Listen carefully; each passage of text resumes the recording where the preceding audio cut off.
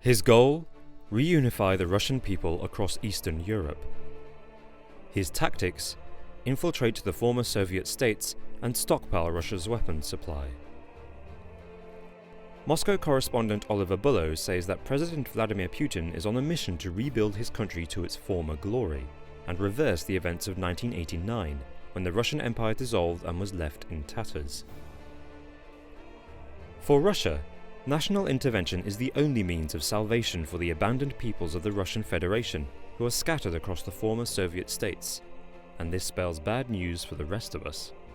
On February the 27th, 2014, 6,000 Russian troops marched across the Crimean Peninsula in the Ukraine and seized military bases, government buildings, and political strongholds.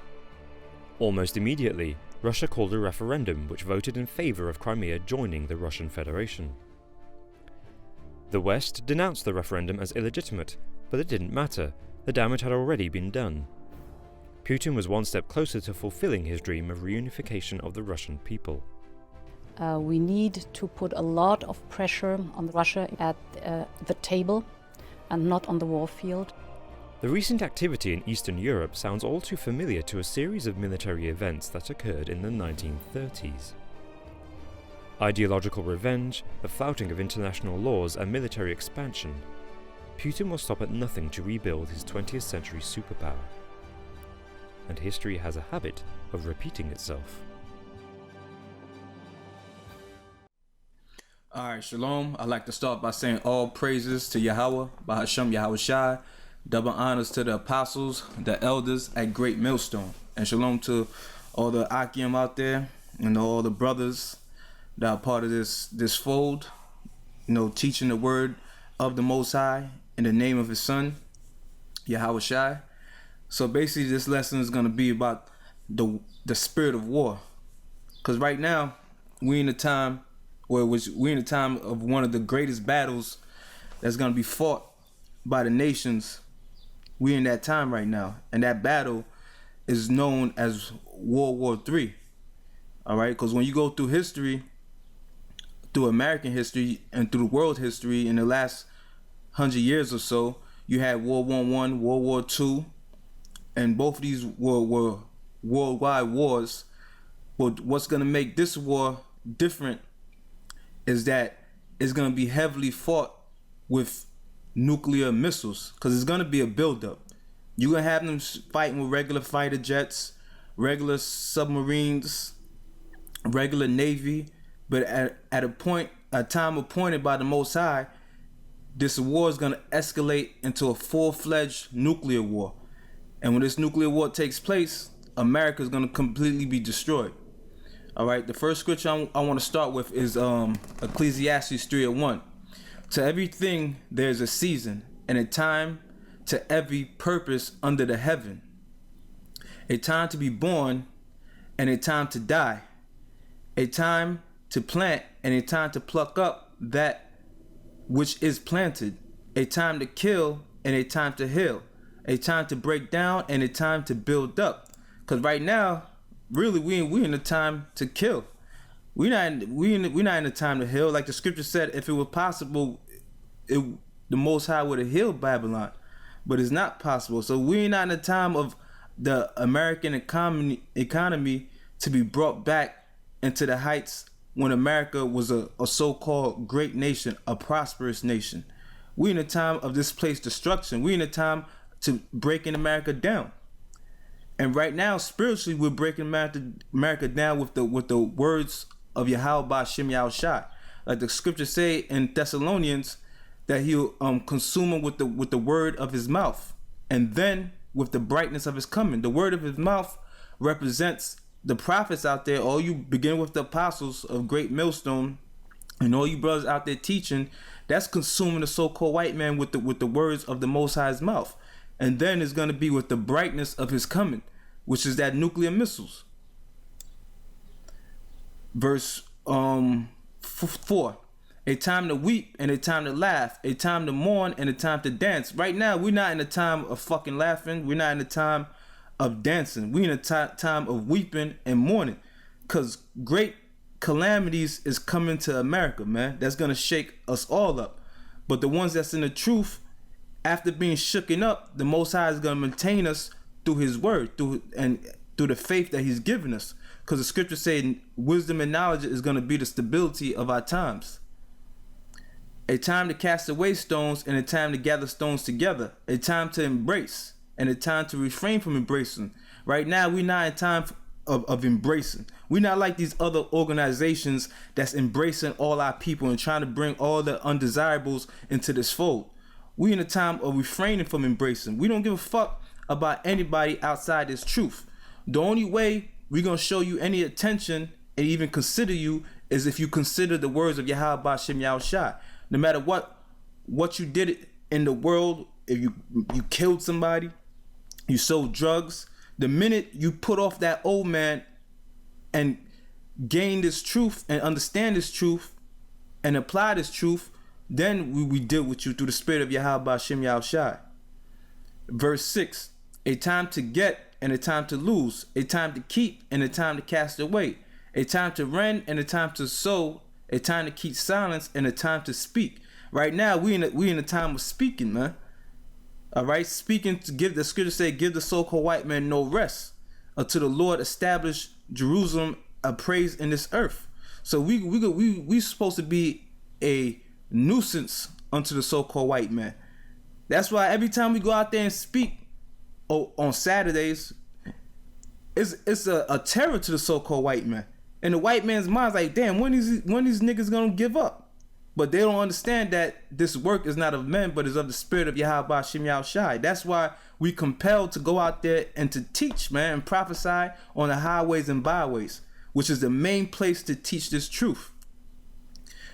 Verse 8, a time to love and a time to hate, a time of war and a time of peace. We definitely not in a time of loving these other nations. We supposed to have a deep-seated hatred for the enemies of Yahweh Ba'Shem Yahushua. If you're not an Israelite, first and foremost, we're not supposed to have no love for you. Because truly, they don't have no love for us. But that's the problem with our people. Our people are brainwashed. We've been taught love all our lives since a kid. Oh, love your neighbors.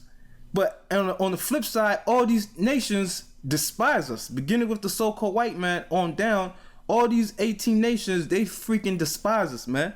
They hate the sight of us. They hate that the spirit of the Lord chose us. They hate us. But yet our people want to show these other nations love. But here at Great Millstone, the brothers that's in the faith, we have been taught to hate these nations, man. All right, we got rid of that love spirit that was indoctrinated within us. And now when we look at these other nations, we might say hi and smile at them, but deep down inside, we have a real hatred for them. A time to love and a time to hate, a time of war and a time of peace. And we're definitely not in a time of peace. We're in a time of war. And one of the greatest wars ever prophesied by the prophets of Yahweh Ba'Shem Yahushua, which is World War III. Like the scripture says, the second woe is past, and behold, the third woe cometh quickly. That third woe is talking about the third world's war, which is being prepared right now as we speak. So that's why this lesson is going to be about this war and how this war is going to be fought. All right, I have a article right here, which is called 30 Reasons Proving That Putin is Preparing to Start World War III. I'm not going to read all 30. I just put a couple to the side, about 8, and I'm going to go through 8 of them. All right, number 5, the Russians are in war mode. Arctic war mode. Russia is adding 40 new naval ships to its nuclear arsenal in 2014. By the end of 2015, Russia will have nearly as many naval ships as the United States. And that's the spirit of the Lord multiplying Russia. Give them that spirit to get into the different arms race. And we in the middle, just about in the middle of 2015. So that means that they have a whole bunch of naval ships ready to go to war with America. And Russia's main focus is America. Whether you watch the news and it seems like they having so-called peace agreements, that they're going and meeting with different diplomats, that's all the surface. Beyond the surface, war is in the heart of the Russians. Number 7, Ballistic missiles, submarines make up one part of Russia's strategic nuclear tirade, along with long-base ICBMs and the Russians' bomber force. The Bory submarine in Russia's first post-Soviet ballistic missile submarine class and will form the mainstay of the strategic submarine fleet, replacing aging Typhoon Delta III, Delta IV class boats. The creation of the Bory signals that the Russian economy is in war mode. Russia's ultimate expects to manufacture 8 Bowie class submarines by the year 2020, and the way things is going, America will not be here by the year 2020, man. Things are escalating real fast. This thing could pop off any second now.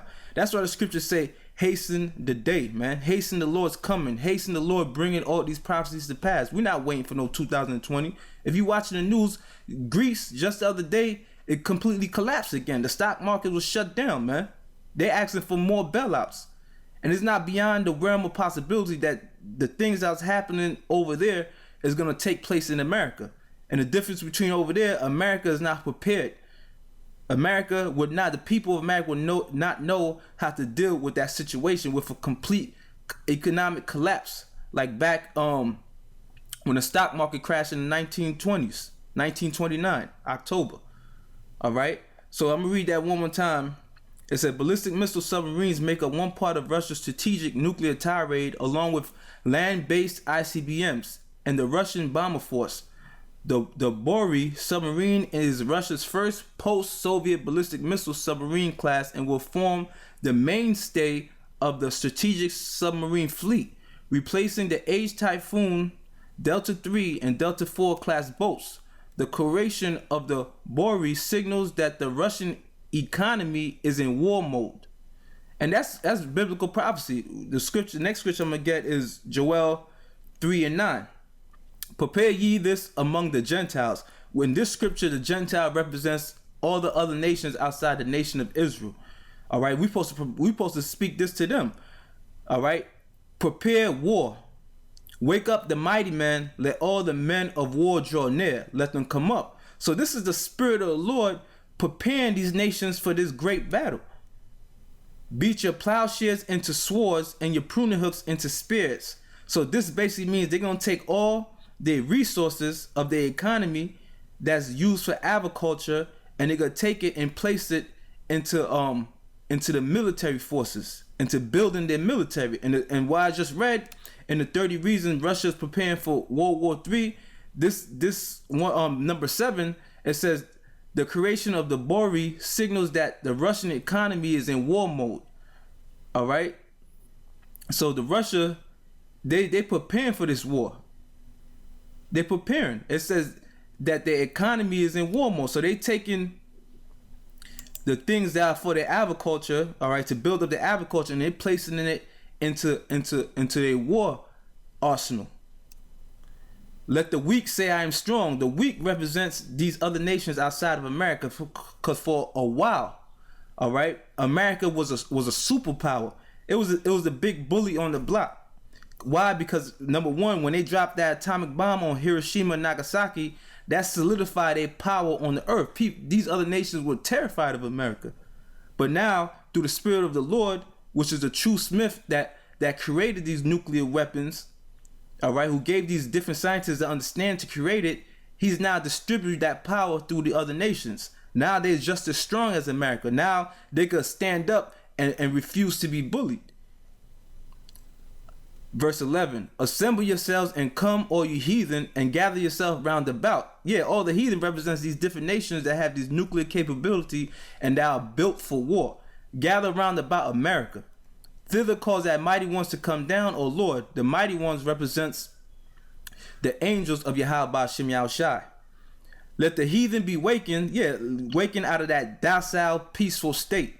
Waken to the spirit of war. And come up to the valley of Jehoshaphat, which the word Jehoshaphat in the Hebrew is Yahweh Shaphat, which means the Lord's judgment. Because when you read in the top of this chapter, the beginning of this chapter, it tells you the Lord's going to bring all these nations to judge them there. For Israel.